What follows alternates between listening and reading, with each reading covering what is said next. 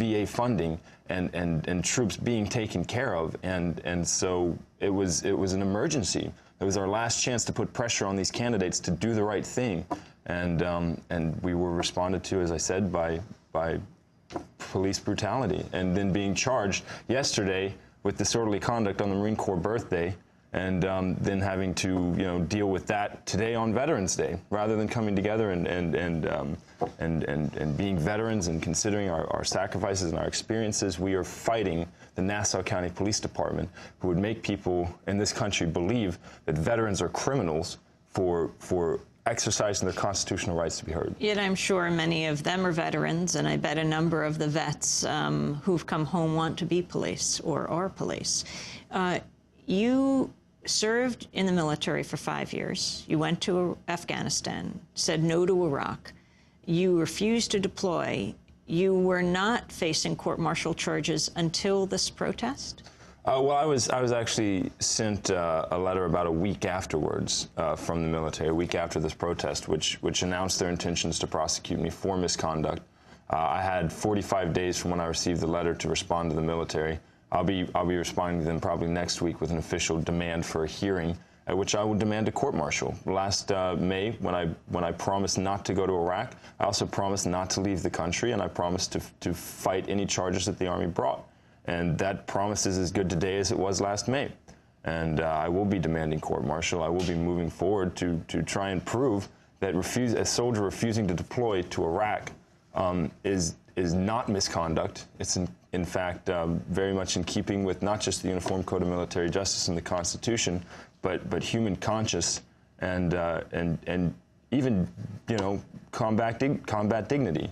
And what's going on right now is so far outside the traditional heroic narrative of war anyway, that we're just having soldiers kept in situations where they're having to engage with an insurgency, and in doing this, literally I witnessed soldiers training to fire at civilian clothed military personnel holding weapons. And Winter Soldier is something that you were playing a little bit earlier here, and that Winter Soldier maybe changed my life. Yeah. When I met Iraq Veterans Against the War, I was suffering from my call-up orders. I was set to deploy to Iraq just several months after I joined IVAW, and I told them when I first joined, and furthermore I said, I'm totally against this war, I believe it's illegal, but I feel like I have a responsibility to go anyway.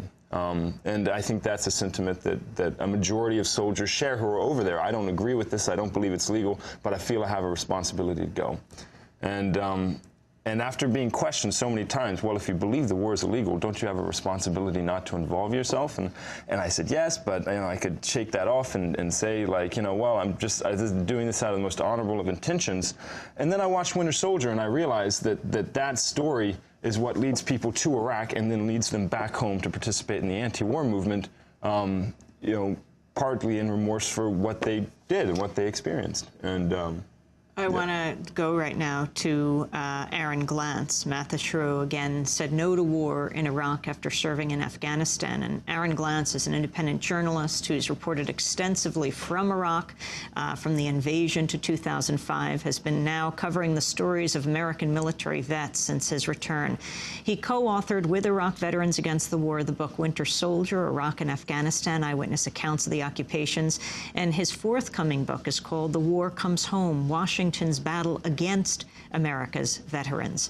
His latest article is up on the nation's website called On Veterans Day, Don't Forget About the War. Your numbers, your figures, your statistics, Aaron, are quite remarkable as you talk about the lack of the coverage of war in the headlines and the pain that veterans are suffering when they come home, like suicide. Can you go through those figures? Thank you, Amy. First of all, it's important to think about the fact and the irony that while Matthis Chiroux and Nick Morgan and the other members of IVAW were being beaten by the police outside of the presidential debate, inside the presidential debate, John McCain and Barack Obama didn't even use the word Iraq or the word Afghanistan. It was like they were forbidden by the FCC. in the closing days of the campaign, only 2% of all news coverage was about the war. And yet we have a tremendous crisis with veterans coming home from these wars. We have 18 veterans committing suicide every day in this country. We have 200,000 veterans sleeping homeless on the street every night. I want to just stop you there. 18 veterans a day? Where are these figures coming from? The government. The Department of Veterans Affairs. And in fact, the government tried to cover this up. CBS News was doing an investigation, and there was an internal memo sent by the head of mental health from the VA, and the headline of it was, "Shh, SHH, exclamation point. Don't tell CBS News that 18 veterans kill themselves every day in this country." Keep going on with those figures. Well, we have 300,000 veterans of Iraq and Afghanistan who have post-traumatic stress disorder, flashbacks, mental wounds from the wars. We have 320,000 veterans of Iraq and Afghanistan who are suffering from traumatic brain injuries, which is physical brain damage caused by roadside bombs. Because as you know, Amy, we have excellent body armor in this war, but there's nothing that can be done to prevent somebody flying out of their Humvee and into a wall after a roadside bomb explosion. And so people come home and they have lost their short-term memory, they have lost some of their hand-eye coordination, and they don't understand why. And all too often this is because of traumatic brain injury, which both traumatic brain injury and post-traumatic stress disorder, the RAND Corporation estimates that only half of the veterans suffering from these two signature injuries of the Iraq War are getting treatment from the Department of Veterans Affairs or the Pentagon. Aaron Glantz, your subtitle of your forthcoming book, War Comes Home, Washington's Battle Against America's Veterans. What do you think is most important right now to take place on this Veterans Day, your message? Then I'll ask Matthis. Well, if you read the article that I wrote in The Nation today, it's on Veterans Day, don't forget about the war. We're at a moment in this country where people deeply want to move on. They want to embrace the change that Barack Obama is trying to bring us. They don't want to think about the words that the veterans said at Winter Soldier. They don't want to think about these terrible war crimes.